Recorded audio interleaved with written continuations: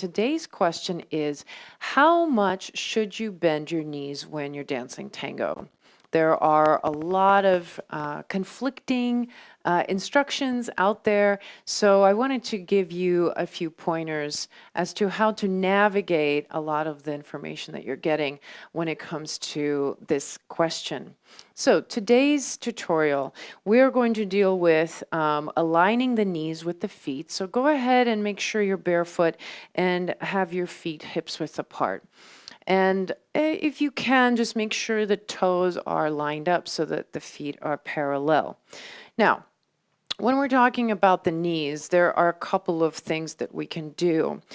There is a term called locking the knee, and I would like for you to experience what that is.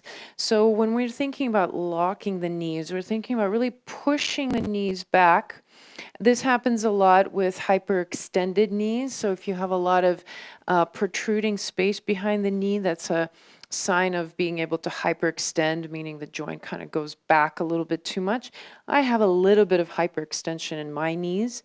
And so if you're standing with your knees locked, I want you to just imagine yourself pushing the knees back and notice how your pelvis kind of wants to push forward. Those are the two opposing actions. So soften the knees again and then push the knees back and just feel that sensation. Good. So this is one extreme. This is one extreme that you can have in the knee. And then we're going to do the opposite. We're going to bend the knees. We're going to bend the knees. I want you to bend the knees enough so that you feel yourself hips going towards your heels. And now almost to the point where the heels need to come up. But we're not going to go that far. Okay, so this is the second part of the knee. So observe the feeling here. Your quads are really working, very soft knees, and that's going to be our other extreme. So go ahead and straighten the legs and go back all the way. Squeeze the knees so that they really push back.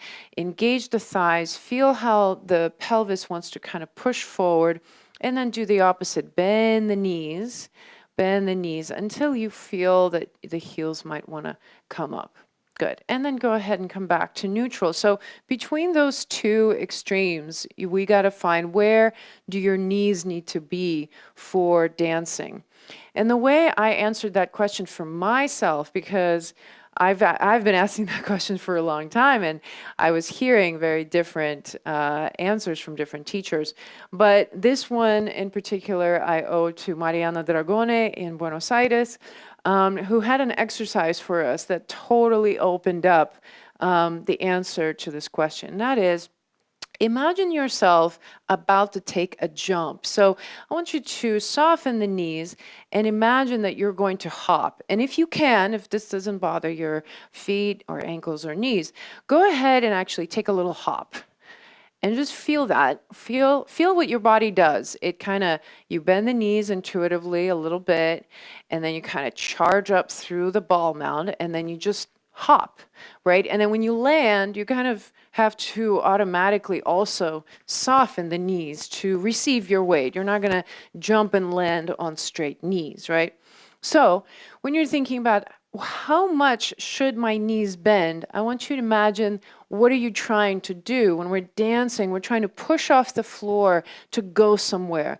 Imagine that you're going to leap rather than step, right? Imagine that sensation that you're actually going to jump up. So what is your body going to do? It's going to charge a little bit of a bend in the knees, and then you're prepared to go. Okay, so let's go ahead and review. We have the locked back position, then we have the bent knee position, right? And then we have this place where we're about to jump, right? And so I want you to create this nice little floating sensation, almost like you're on a trampoline, a miniature trampoline, and you're just kind of preparing. You're gonna hop, and then begin to go from side to side. So weight into one foot and then one in the other foot. And every time you go to one side, you're on one side. Imagine you're going to use that to maybe step up on a chair or something. So you're kind of feeling that anticipation of loading your body's weight into one leg, and then using that leg to push off. So we're just going back to back a few times. I want you to feel that. Good. And then from here, we're going to come back to neutral, or I'm sorry, we're going to come back to center. I want you to soften your bouncing until it's almost not there. So there's a little bit of softening in the knees, but not too much. And then I want you to lean your axis a little bit forward until you feel your weight is in the ball mound. So notice my knee is slightly soft. My weight is in the ball mound. My ribs are in, everything is in. So this is our starting position when we're about to dance, whether we're going to dance in open embrace or close embrace. We have this position of being ready. So the sensation that if I needed to, I could jump forward, I could jump back, I could jump side. So I always think of it as like if you were a tennis player, right? You're always ready to go every direction. And that's kind of what tango is for me. Maybe because I played tennis when I was in high school, is that you always want to have your alignment in such a way that you can go in any direction. This is for both leading and following, right? Okay, so here we are. This is the last piece I wanted to share with you today. Come back to neutral, kind of reestablish that feeling of like, okay, point zero, maybe even your knees are slightly locked if you have that position.